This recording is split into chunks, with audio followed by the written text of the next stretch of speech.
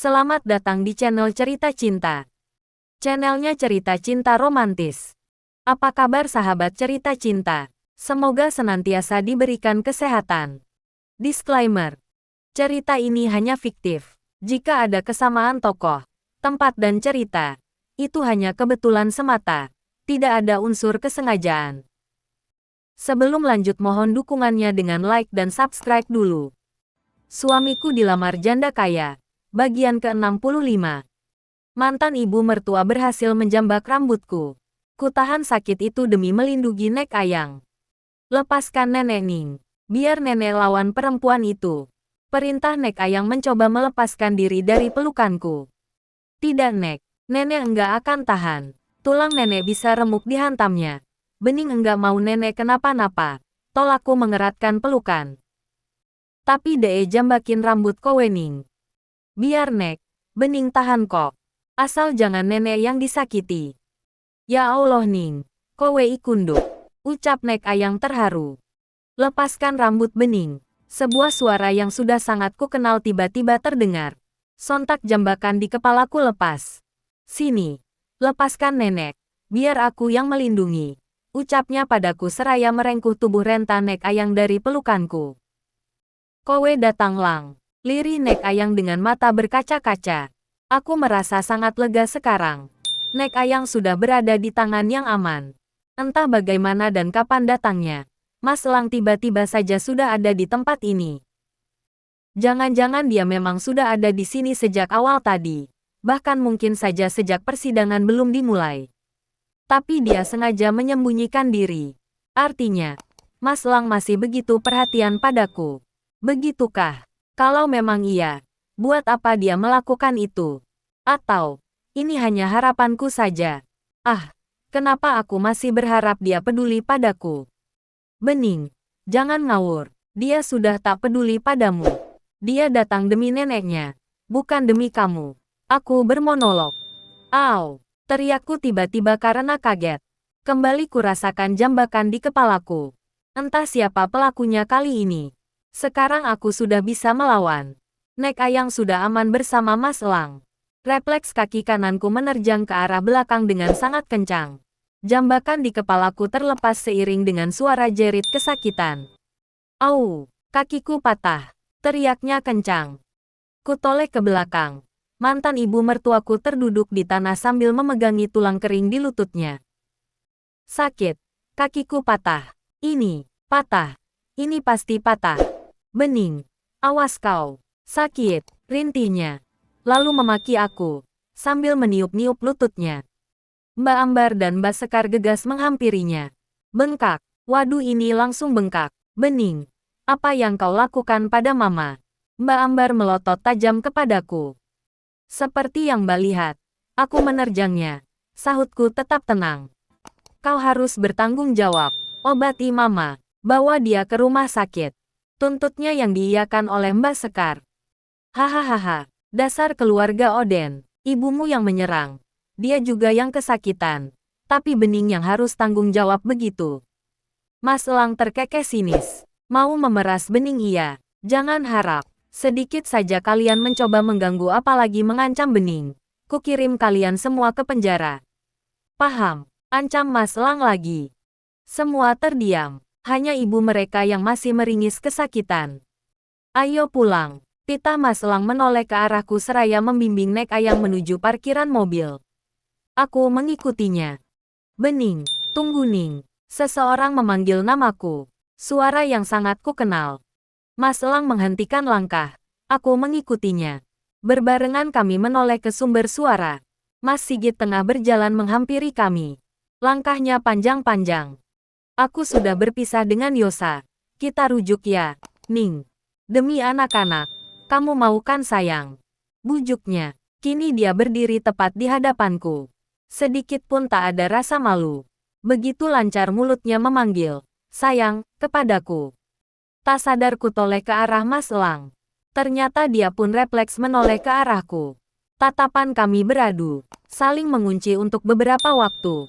Aku yang tak sanggup menerima tatapan yang menghujam tajam itu. Segera aku menunduk. Ning, Yosa menceraikan aku. Karena kami hanya menikah secara siri, tak perlu gugatan ke pengadilan untuk mensahkan perceraian kami. Dan kamu tahu kenapa dia meminta berpisah dariku? Itu karena dia cemburu padamu, Ning. Karena aku tetap lebih mencintai kamu daripada dia. Dia cemburu karena aku tak mau menceraikanmu sayang. Aku sangat mencintaimu kan. Dan kita udah janji mau rujukan, Ning. Kembali Mas Sigit membujukku. Oh begitu. Setelah Yosa yang tadi urung pergi, wanita itu kini berjalan menghampiri kami. Jadi kalian sudah janji mau rujuk? Tanyanya dengan senyum sinis. Alis dan bibirnya terangkat sebelah. Yosa, jangan ikut campur. Kau sudah sampai pada keputusan yang sangat mantap untuk kita berpisahkan. Jadi jangan ikut campur lagi dalam kehidupanku. Aku mau rujuk dengan istriku. Jangan kau halangi, bentak Mas Sigit dengan wajah mengetat. Terserah kau mau rujuk atau tidak. Aku tak peduli. Aku cuma mau mengambil kunci motorku dari tanganmu. Jam tangan ini, sepatu ini, kemeja ini juga. Buka semua. Maman, lucuti semua hartaku yang dipakai pria miskin tak tahu diri ini.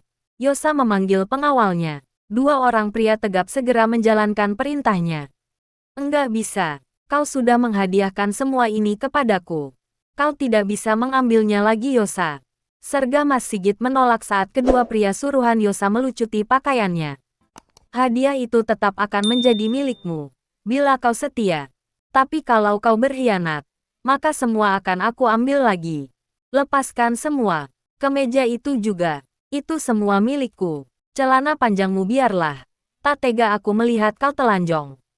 Bangsot kau Yosa. Kau tak boleh melakukan itu padaku. Kenapa hadiah kau ambil lagi? Kau keampungan. Baiklah, aku akan tunjukkan padamu bagaimana cara seorang perempuan kampung memberi hadiah. Lihat ya, puah, itu hadiah untukmu. Dan aku tak akan mengambilnya lagi. Yosa menyemburkan ludah ke wajah Mas Sigit. Yosa, kamu, teriak pria itu kaget seraya meraba wajahnya.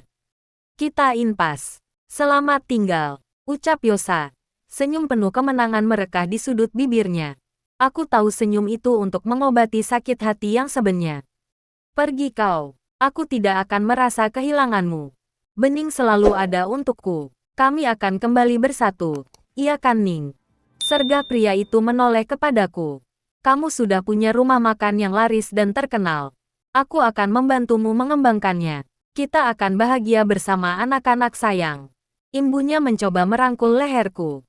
Puah. Semburan ludah kembali membasahi wajah pria tak tahu malu itu. Kali ini semburan ludahku. Kulepaskan rangkulan tangan Mas Sigit di bahuku. Kukibaskan dengan kasar. Itu tak luput dari perhatian Mas Lang dan juga Nek Ayang. Mereka hanya melongo. Sementara tiga perempuan yang sejak tadi menonton dari jarak yang agak jauh, kini datang mendekat. Mbak Ambar, Mbak Sekar dan ibunya. Ning, kamu. Serga Mas Sigit menatapku tak percaya. Kenapa kamu ikut barbar seperti ini Ning? Tanyanya dengan nada lirih. Kamu sepertinya lupa kalau kemarin aku bahkan bersikap lebih barbar. Luka di kening kamu saja belum kering Mas. Kau mau mendap luka baru lagi. Kuingatkan padamu. Antara aku dan kau tidak ada ikatan apa-apa lagi. Jadi jangan pernah berani menyentuhku. Paham? Tegasku diiringi hujaman tatapan tajam. Aku belum talak kamu Ning. Pengadilan juga belum mengeluarkan surat cerai. Jadi, kau masih istriku. Aku berhak atas dirimu. Kau masih istriku Ning. Jangan mimpi. Meski kau tak talak aku, bagiku kau bukan siapa-siapaku lagi. Kenapa kau tak datang sidang pertama tadi? Padahal kau datang juganya ke sini setelah usai sidang. Apa maksudmu coba? Mau mempersulit jalannya sidang? Sengaja menunda-nunda? Enggak Ning. Lalu apa? Asal kau tahu Mas, ada atau tidak adanya kamu, sidang akan tetap berlangsung. Pekan depan sidang dilanjut. Silahkan saja kalau kamu enggak mau datang. Malah bagus. Agar hakim makin mantap pada keputusannya. Permisi. Ucapku lalu bergegas pergi. Bening. Tunggu dulu. Mas Sigit menahan lenganku. Sempat kulihat Mas Lang refleks bergerak hendak menghampiriku. Tetapi Nek Ayang menangkap tangannya seraya menggeleng. Isyarat larangan. Tunggu. Dompet mana dompet? Yosa yang tadi sudah pergi ternyata kembali menghampiri Mas Sigit. Dompet apa lagi? Teriak pria itu kasar. Geledah dia. Perintah Yosa kepada dua anak buahnya. Jangan sentuh aku. Apa ini? Jangan pegang-pegang. Tolak Mas Sigit menghindari tangan dua pria tinggi tegap yang mulai meraba-raba di saku baju dan saku celananya. Lepaskan. Itu dompetku Yosa. Bening yang belikan itu untukku dulu. Kau tak boleh mengambilnya, kata Mas Sigit berusaha merebut sebuah dompet dari tangan Yosa. Aku cuma mau mengambil kartu ATM dan kartu kredit yang pernah aku pinjamkan sama kamu. Aku ambil lagi ya. Duit ini juga ini uangku. Selamat menikmati hari termiskinmu. Hehehe. Kekeh Yosa menguras habis isi dompet Mas Sigit. Jangan habiskan Yosa. Aku enggak punya uang selain itu. Pria itu memelas. Memangnya aku peduli? Oh iya. Kamu bilang tadi enggak masalah bagimu ini ya? Iya paham. Karena kamu masih memiliki bening kan? Ya sudah. Nih bening. Aku kembalikan manusia sampah ini sama kamu. Gak mutu banget. Umpat Yosa sambil mendorong bahu mantan suami sirinya itu. Dompet yang telah kosong dia lemparkan tepat mengenai wajah Mas Sigit. Wanita itu lalu melenggang pergi. Mas Sigit memungut dompetnya yang telah kosong. Benda itu hanya berisi KTP dan beberapa lembar kecil entah kertas apa. Bening, aku menoleh. Ketiga perempuan memuakkan itu kini sudah berdiri di sampingku. Ning, kami minta maaf ya, ucap sang ibu tanpa rasa malu. Iya Ning, kami menyesal banget. Kami ngaku salah. Maafin kami ya Ning. Mbak Sekar menghibah. Tolong batalin aja cerainya ya, Ning. Kan kasihan sama anak-anak. Mereka akan menjadi korban broken home orang tuanya. Biar bagaimanapun Sigit itu adalah ayah kandung mereka. Kami ini adalah nenek dan tantenya. Bukankah lebih baik kita berdamai saja Ning? Hubungan kekeluargaan makin baik. Anak-anak juga bisa tumbuh dengan baik. Bujuk Mbak Ambar sok bijak. Sikap mereka sekarang persis seperti anjing kejepit. Mengaing-ngaing memohon bantuan untuk dilepaskan. Khawatir tak punya tempat tinggal untuk berteduh. Bingung mencari tempat untuk menumpang makan gratis. Segala acara akan mereka lakukan. Temsuk menjilati ludah sendiri. Aku pastikan, jika aku menolongnya kali ini, maka begitu mereka lolos dari jepitan, aku pasti akan mereka gigit. Ning, sebentar lagi anak-anak kami akan pulang sekolah. Mereka pasti bingung saat pulang ke rumah. Yosa pasti akan mengusir mereka. Kami akan telepon ke sekolahnya ya, Ning. Agar pulangnya ke rumah kamu saja. Boleh ya Ning. Kasihan anak-anak. Mbak Sekar mulai berdrama. Air mata mulai mengalir deras di kedua pipinya. Sayang sekali aku tak merasa iba. Iya Nduk, tentang Sigit. Kami janji. Kami akan selalu menasehati dia agar menjadi suami dan ayah yang baik buat kamu dan cucu-cucu Kundu. Ibunya ikut beraksi. Dia menjilati ludah yang tadi sudah sempat dia keluarkan. Aku merasa mual. Betapa aku ingin muntah di wajah keriput nan licik itu. Aku antar nenek pulang. Ayo Nek. Mas Lang memeluk pinggang Nek Ayang lalu berjalan pergi. Kulihat wajahnya ditekuk. Sorot matanya meredup. Mungkin dia berpikir aku akan termakan rayuan dan bujukan mantan keluarga suamiku. Ya, bagiku mereka adalah mantan. Meski mereka mengatakan kalau aku masih sah istri Mas Sigit.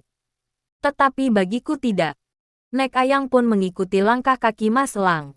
Setelah menoleh ke arahku sekali lagi. Sama. Aku juga melihat duka dan kecewa di wajah wanita sepuh itu. Nek, tunggu bening. Ucapku lalu mengikutinya. Sontak wanita itu menghentikan langkah. Lalu kembali menoleh kepadaku. Bening tadi udah janji. Usai sidang Bening akan menceritakan pada nenek tentang perubahan sikap Mas Lang pada Bening kan, Nek. Kataku mengingatkannya. Sontak wajah Mas Lang memerah. Iya Nduk, tapi iku, mertuamu, karo suamimu, ipar-iparmu, piye? Yo wes, kowe kalau mau rujuk rapopo. Kasihan anak-anakmu. Kehilangan sosok seorang ayah iku sakit Nduk. Nek Ayang mengelus bahuku. Bening enggak akan pernah terperosok lagi di lubang sama untuk kedua kalinya Nek. Bening enggak bisa lagi menjadi istri Mas Sigit. Anak-anak juga tidak ada yang mau lagi sama papa mereka. Mereka sudah begitu nyaman dengan kehadiran Mas Elang. Mereka sangat mencintai Mas Elang Nek. Bening enggak tega kalau sampai mereka patah hati bila harus kehilangan Mas Elang. Tuturku membuat semua yang mendengar terperangah. Apa maksud kamu, Ning? Anak-anak mencintai laki-laki ini. Mas Sigit menghentak lenganku. Sakit, Mas. Sergahku mengelus bekas hentakannya. Iya. Anak-anak lebih memilih Mas Elang daripada kamu. Mereka benci sama kamu. Apalagi Rara. Kau lupa kalau kau pernah menyiksanya saat kau masih tergila-gila pada istri barumu itu. Sementara kau asik bercinta. Pepeu. Mantap-mantap dengan Yosa. Sementara Rara kau biarkan merintih dalam keadaan demam tinggi.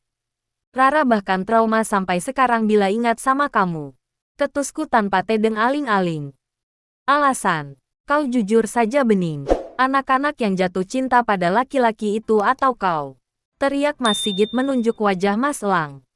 Anak-anak, mereka sangat mencintai Mas Elang. Begitu juga aku. Jelas.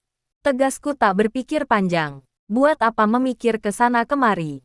Biarkan dia tahu yang sebenarnya. Semoga dia berhenti berharap untuk kembali lagi setelah tahu perasaanku yang sebenarnya. Tetapi, tunggu. Kenapa aku mengatakan aku mencintai Mas Elang? Ya, aku akui. Aku memang mulai mencintai dia. Tapi, apa pantas aku mengakui ini? Bahkan surat ceraiku belum keluar. Tapi aku sudah menyatakan perasaanku kepada pria lain. Astaga, betapa rendahnya aku ini. Tapi, aku benar-benar terdesak. Aku harus mengatakan itu agar Mas Sigit tak memaksaku untuk rujuk lagi. Tentang tanggapan Mas Elang, aku pasrah saja. Yang penting aku lolos dulu dari Mas Sigit dan juga keluarganya. Bersambung.